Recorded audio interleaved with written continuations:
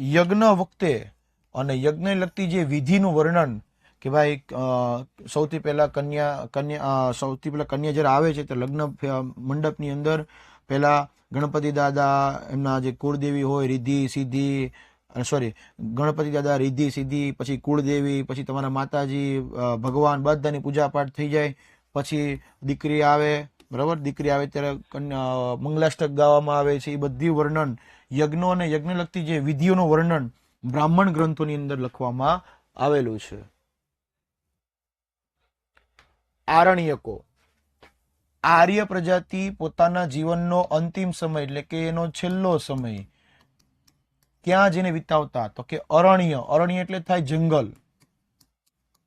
આર્ય પ્રજાતિ પોતાના જીવનનો છેલ્લો સમય જંગલમાં જઈને વિતાવતા હતા.